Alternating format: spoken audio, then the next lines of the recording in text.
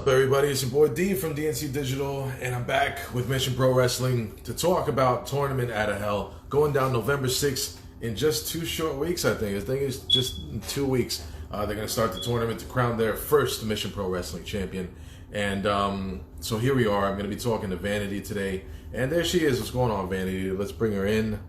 We're going to be talking about the. She's going to be scheduled for that night. So let's bring her in and talk about her career and what we should expect from her. Ryan, what's going on, buddy? Hey, Vanity, how you doing, miss? Hey, what's good? How are you? I'm blessed. How are you? Good, good. I'm good. Thank you so much for asking. So there's one thing that I know we've been talking for the past few days, but there's one thing that I've withheld information from you that I wanted to see your reaction when I say it. So I know that you lived in Florida for a little bit, but you're originally from Sayreville, New Jersey. Is that correct? Yes. Okay, you're from Sayreville. I was born and raised in Elizabeth. Okay, that's not far. Not far at all. So we're fellow Jersey people, Yeah, we and neighbors. yeah, we're definitely neighbors, and we're among the misunderstood in the rest of the world. People will mistake our honesty for cruelty. I'm assuming same goes with you. Yes. Definitely. I want to talk about that real quick because I read that you moved away to Florida, but you did go back to New Jersey, and it was your grandmother who actually is credited as the reason why you got into wrestling. Is that correct? Actually, my grandfather. Oh, your Yeah, grandfather. Okay. yeah. But honestly, both of them, because he got her into it also. He got the whole family into it. It was just crazy. But my grandfather is a big wrestling fanatic, and he was the type of person, the type of grandpa to watch the TV guide for hours and hours and hours. Oh, just see the shit like Yeah. when it's like scrolling like this. Don't nobody know about that. Yes. And then like at night he would put on wrestling and I'm like, "Oh, you actually changed the channel." And then, I saw like all these characters come out like The Rock. It wasn't just he was watching WCW, and at the time it was the WWF Attitude Era. I Okay. wasn't like really resonating with WCW too much because I didn't know the greats back then that I should Right. have known at that time. But Yeah. I was so intrigued to the youngins like Stone Cold, The Rock. But it wasn't even about the wrestling. It was about the storylines. Like Terry Runnels hooking up with this one. Kane has Tony for a girlfriend. And then X-Pac took the girlfriend. And then like Lita coming out with Matt Hardy and making out. And then, like Val Venus. Like, it was the promiscuous stuff in the back, the storylines that intrigued me more. And then, it topped off with wrestling. So, And then you got to meet Lita. Is that correct? And that was a big catalyst too.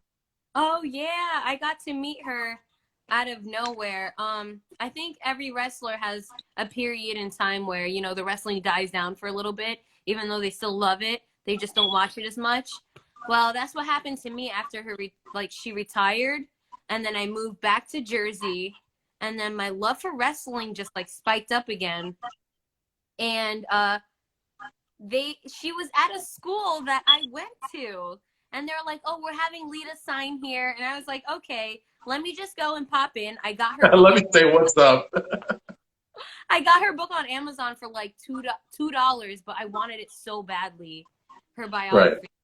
I got it signed, and her bodyguard or whoever was there that night was like, "You can't talk to her." And I was like, "Okay, you're gonna see." So on Lita's website, she had like these vegan recipes, and I'm like, "What am I gonna say to her? What am I gonna say?" I went up to her and I'm like, "I saw your vegan recipe," and it caught her eye. She was like, "Yeah," and I was like, "Yeah, they're great." And she signed it. And I kept it brief, and then I signed up to that school that was called Pro Wrestling Syndicate, which is Wrestle Pro today with Pat Right. Pat. Yeah. Yeah, I was gonna talk about that. You were the first female out of Pro Wrestling Syndicate, and so do you feel like that put a little bit of pressure on you, or did you just step through and say, I'm gonna handle this for all the women coming in"? Um, Both, honestly. And it was good pressure because after my first month of getting in the ring, I've already had prior experiences with sports. as to being in track, ballet. You know, I was obsessed with gymnast and flexibility. I knew how to move. So when I got in the ring, it was like, all right, let's see what you could do. It's like, do this. And then I did it, you know what I'm saying? And it was like, do this.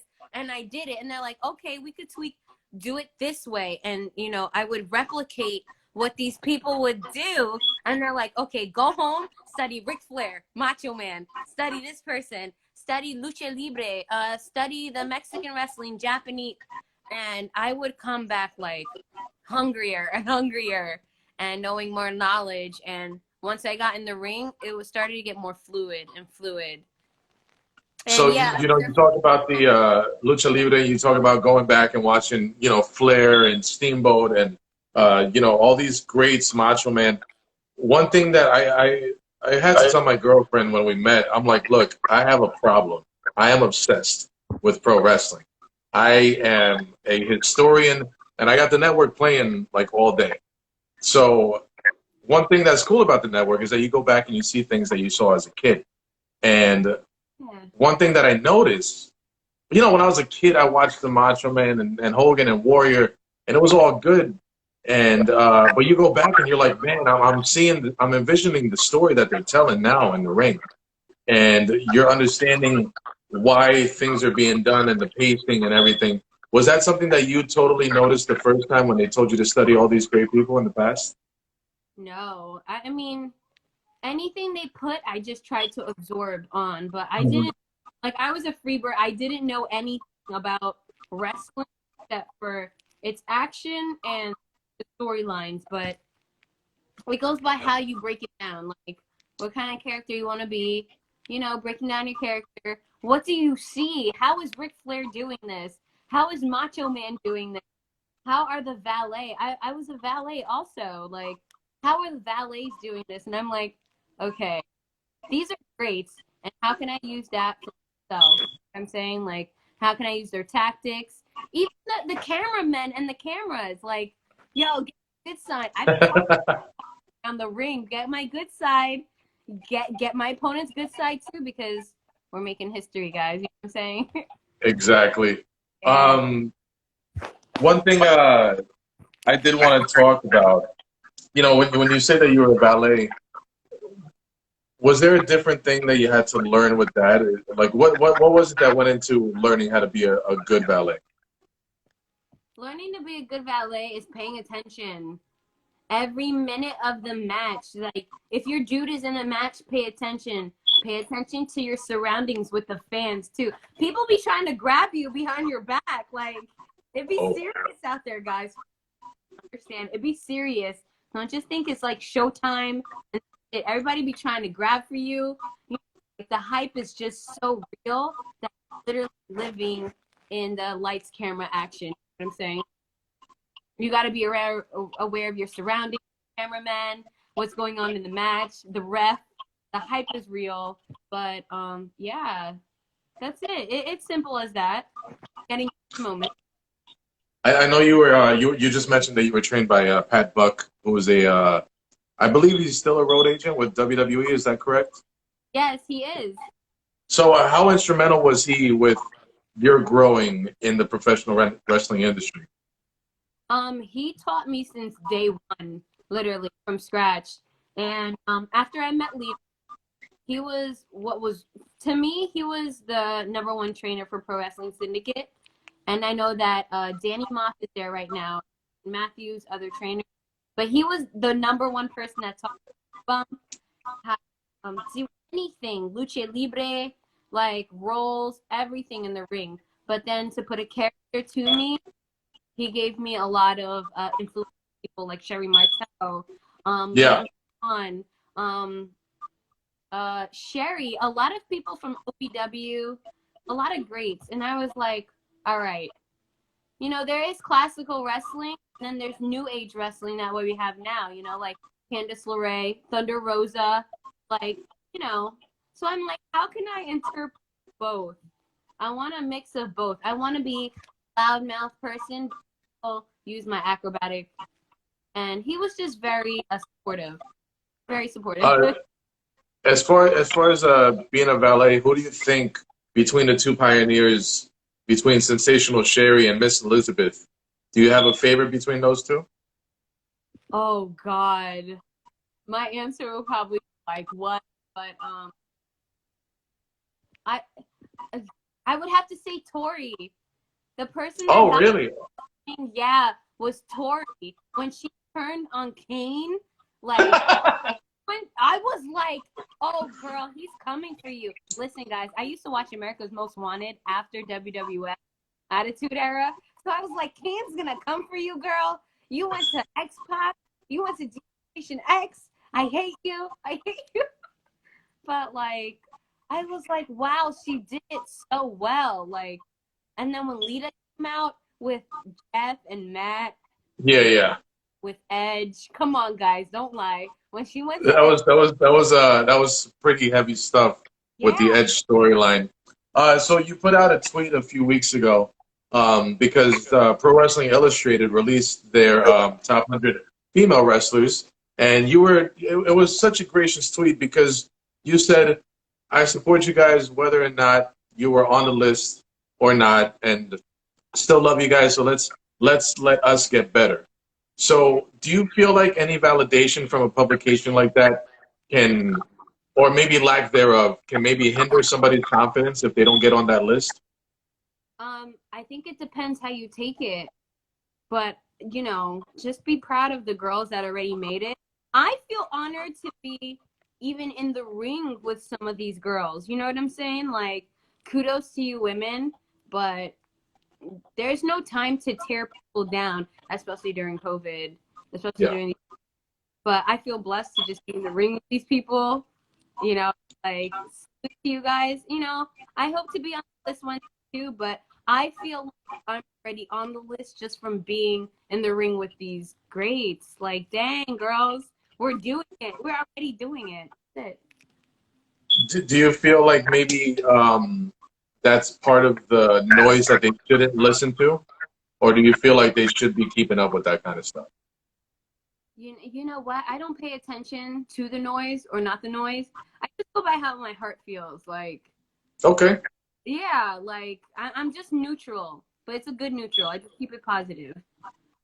Speaking of positivity, you talked about talking to your crystals. Can you elaborate on that stuff? Yes, yes. Okay, so I collect crystals, and basically I went to rehab last year to get my Okay. check, and it was the best thing that I did because um, after rehab, I was getting my life together, and then my ex passed away, which is Matt Travis. Rest in peace to him. But then I had to really get it together because during that time I was already in therapy. So I started therapy, he passed away, and then I just had to keep that energy like alive. You know what I'm saying? Like I had to keep like the root core of wrestling, what I loved, my family, the positivity that was being inside me. I had to keep it alive. So I started collecting crystals, and I have a couple in my apartment, but I got into just learning about different crystals, amethyst.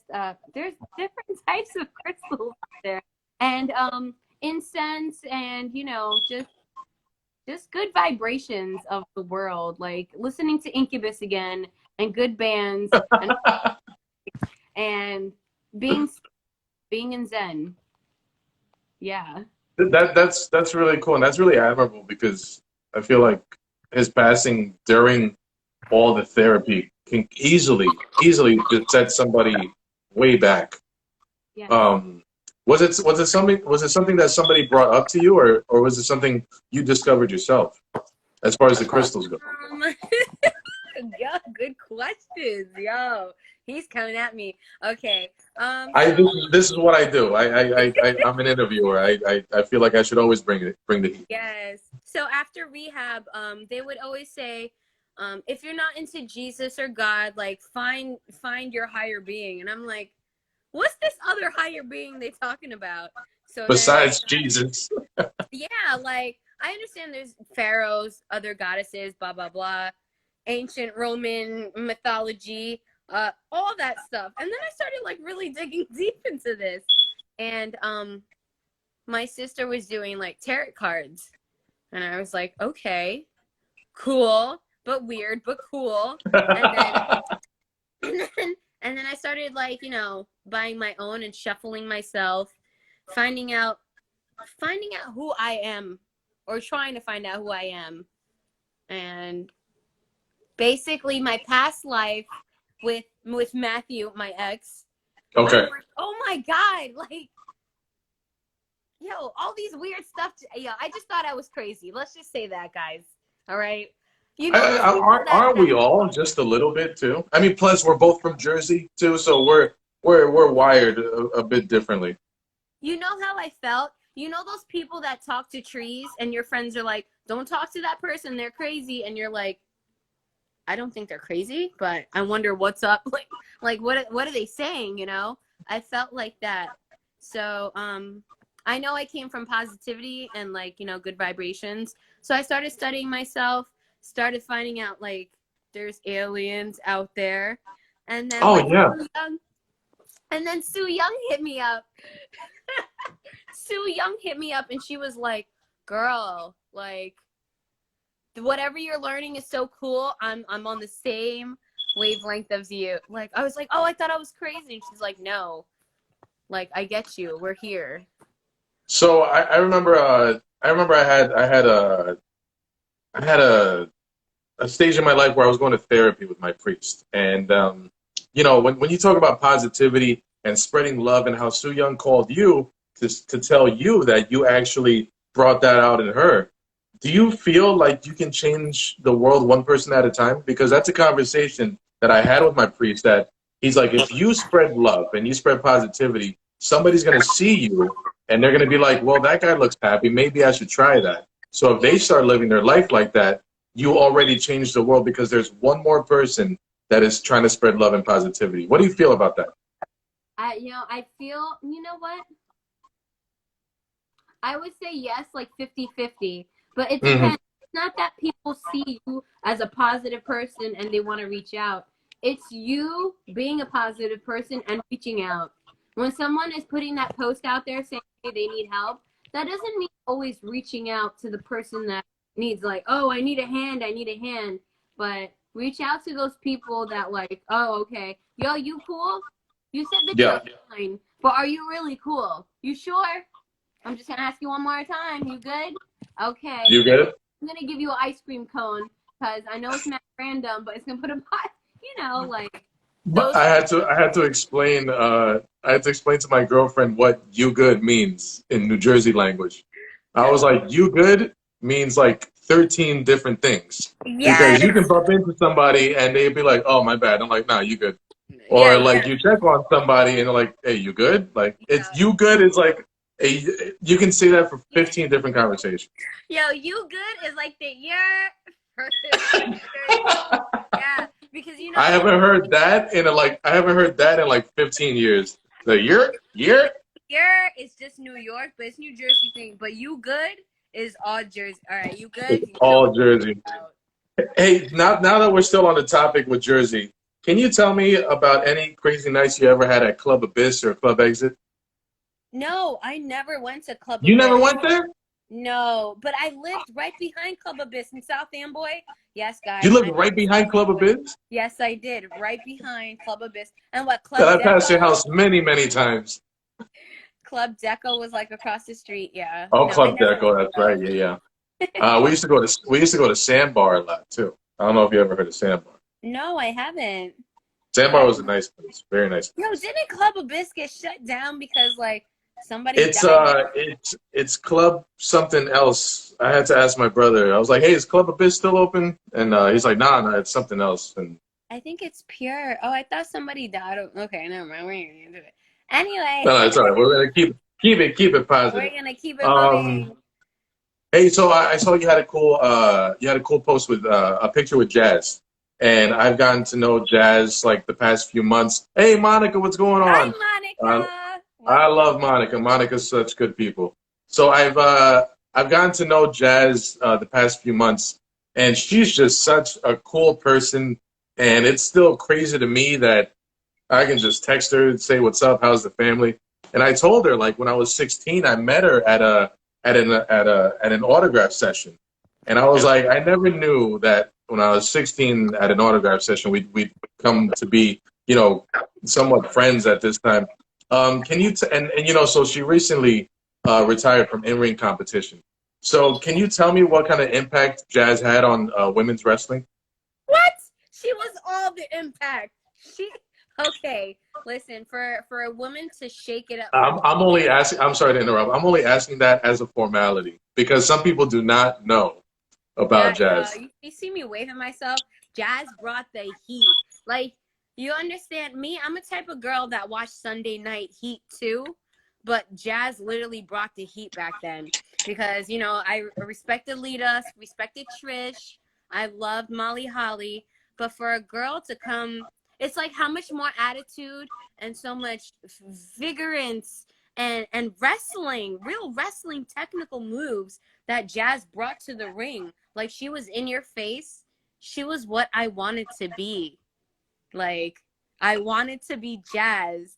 I wanted to be Jackie. Like, and it's not just because they're black women, but like, I wanted to be strong and in your face. And you ain't gonna tell me nothing type of, you know, like A lot of people forget that she was the last WWF Women's Champion and the oh first yeah. WWE Women's Champion. Not only that, but she walked in to WrestleMania and she walked out, a feat that nobody has done until Charlotte Flair did it a few years ago.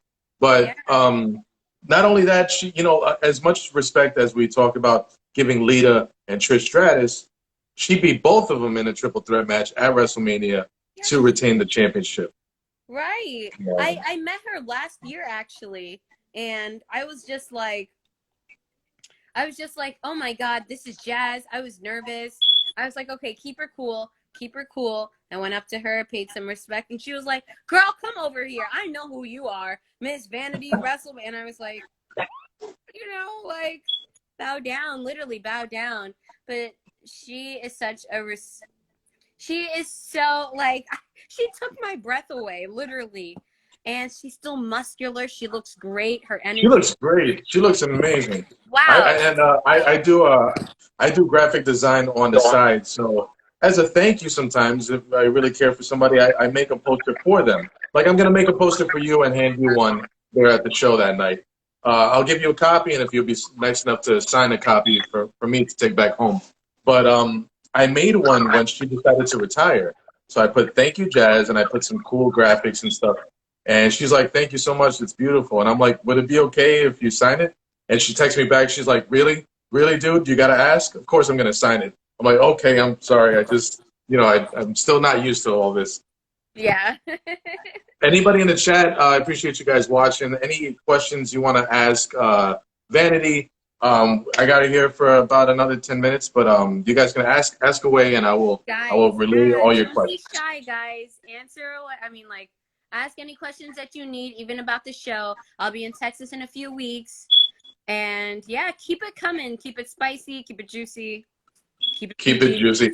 So Yeah. yes, please keep it PG because you know what? To tell you the truth, now I feel like we're friends, it's very difficult to do research on you. And I was going through your Instagram, and I'm like, okay, okay, like you know, there's nothing I can ask about that without sounding disrespectful, you know. Monica said I'm going to ask her to stop making me dizzy by moving the camera so My much. God. Okay, Monica. One thing you said on your social media is that your goal is to make sure your friends of color have a voice and that women stay protected. With all that happened earlier this year, all the really terrible stories that some women in the industry had to go through, can you talk about the sisterhood in professional wrestling between all the female wrestlers? I feel like in the beginning of my career, personally, there wasn't no sisterhood. It's not that there was no backlash, but it was just like a survival of the fittest. Hey, you're in, and if you suck, it's not that people are gonna tell you that you suck, but like you make it, nobody cares. You're just a girl. You know what I'm saying? The guys were telling me that girls would make it into WWE or wherever just because that they're a girl. And I was just like, what? Am I really listening? Is this what I'm really listening to? You know what I'm saying? So I wanted to change that. I wanted to be like, yo, I look up to people like Jazz, like I'm talking to, like, I look up to these women. I met Lita, like, not to put PWS, Wrestle Pro, out there like that. That was my #1 school. And for people to say this about women's wrestling, and I'm not going to lie, someone came up to me and they're just like, I don't enjoy training like female wrestlers, but let's see what you got. And guess what? I gave them all that I got. I gave them everything. And you know what? Let's say we're the Wrestle Bay today. You know what I'm saying? Like, I loved wrestling so much, but I wanted to find girls like Thunder Rosa that really wrestle, that like to network with girls, educate girls. Every time I'm around Thunder Rosa, she talks to me, educates me, keeps me enlightened on what's going on. And I'm like, yo, that's a sisterhood, that's a bond. And that's not something that he has to do. No, yeah, no. So that's something I've learned. I'm sorry, go ahead. Yeah, like I enjoy girls that work together with me because it makes it easier for me to pass it on to younger girls that love going. And even the dudes, like, I understand sexuality's out there with wrestling and sports, but the guys to tell me, hey, my match went this way, or like even to just get emotional, like, hey, I slipped up on this, to even admit how they feel, or like, okay, hey, I saw your match, Vanity, let me give you criticism or what you can do, or just to help me. I appreciate that than the people that just stand in the background and did see your be like, oh, ha ha ha ha, or just laugh at you. Help me to be a better person, and maybe I'll help you too. We work together. We're in the same sport. Okay, like, why make it hard? Staymatic25 said, how did you come up with the cookie cutter? I had to find a vicious move. First of all, in the beginning of my career, I was a heel, and they had me lose a lot, and I was fine with it. Trust me, I was so fine with it. I was just ready to work. But then I started getting a lot of good names. Like, one time I got Tessa Blanchard, I got Deonna Purrazzo, I got Karen Q, people that are NXT. I was still losing, but I'm like, I need a move that will be like, okay, holy snap, So I decided to cut them in their cookies, and you know where that is. And Dust is the one that set the shattered dream, and I called it the cookie cutter today. Beautiful. Every sense of the word. I know you did some work with Evolve, and Evolve is now accessible on the WWE Network. How does that make you feel that, I feel like we're in the age of indie wrestling where they're getting a lot of notoriety and your name is getting out there a lot more. How do you feel about that platform that people get to have now? That even in a small show, they can be picked up and shown across the world. Even, of course, with Title Match Wrestling that we're going to be working with on Mission Pro. I feel like it's amazing for people just to have different platforms. Or, I had that opportunity on a seminar and then make it to Evolve that night after the seminar. And then after the seminar, they got me on Shine Wrestling, sorry. They got me on, but I was in the locker room with Eddie Kingston, Shotzi Blackheart, and I've met them before, but it was just like, man, it's like I kind of made it, you know what I'm saying? Like, whoa. You know what the flashback I got that? But the first day that I went to training, like, this is how far I can make it.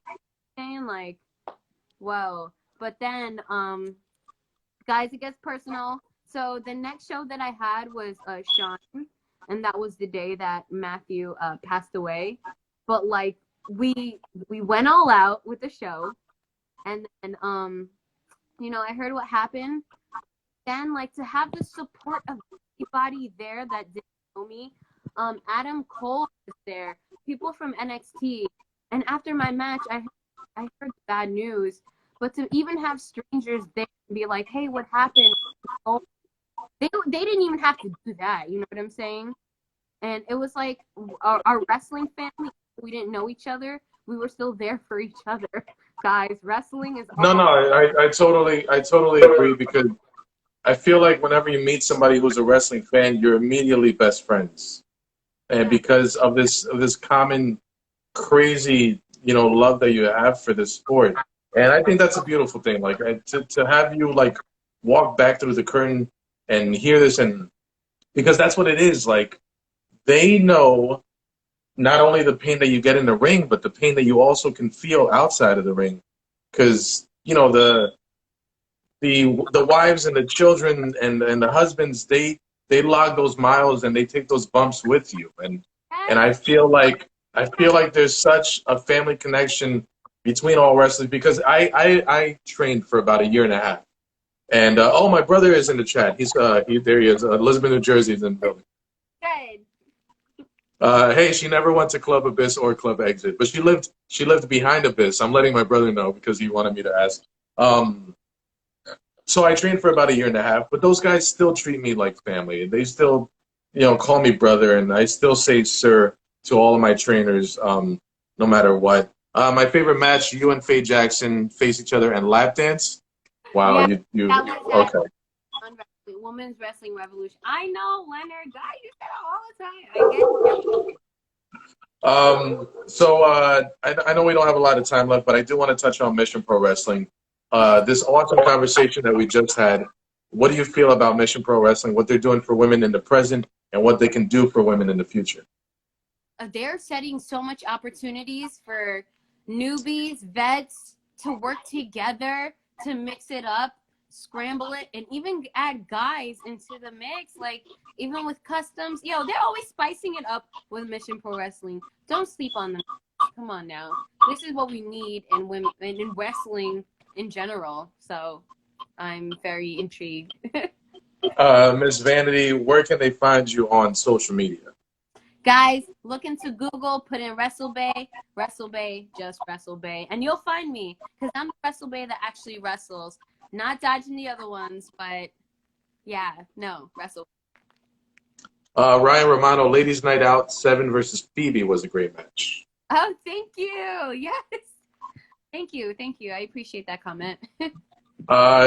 It was so cool to talk to you throughout this interview. I appreciate your time. I appreciate your graciousness. I can't wait to meet you. I'm gonna have some type of New Jersey inspired gift for you. I feel like I gotta look something up. We're gonna take a picture. Trust me, we'll connect. Oh no, yeah, we will. We definitely will. So you can find me at DNC Digital on Facebook, Instagram, and Twitter. This is gonna be on YouTube, so make sure you guys like and subscribe to the channel. If you're following me and you don't follow Vanity, make sure you click her name right up here and follow her. If you're following Vanity and you don't follow me, make sure you click my name and follow me because I am doing all these awesome interviews with all of the ladies scheduled for Mission Pro Wrestling. November 6th, Tournament Out of Hell. Vanity is in a fatal 4-way match. Is that correct? Yes, fatal 4-way, guys. You are with Insidious. You are with You got some crazy opponent. You got Heidi Howitzer, right? Yes. Oh, my brother, of course. He loves a good smile on a woman. So make sure you guys subscribe and like. And November 6th, missionprowrestling.net. The tickets are not sold out. Just so everybody knows, all of the health regulations will be followed and strictly enforced. It will be social distancing, masks are required, and everybody's temperatures will be taken at the door. If you are not comfortable going to the show, you can always make sure you watch the stream on Title Match Network. Make sure you follow everybody. Mission Pro Wrestling, Thunder Rosa, WrestleBay, your boy D from DNC Digital, Title Match Network. Everybody have a great night. Take care of yourselves. Please vote and be nice to each other. And wear your mask, guys. Wear your mask for the love of God. Peace.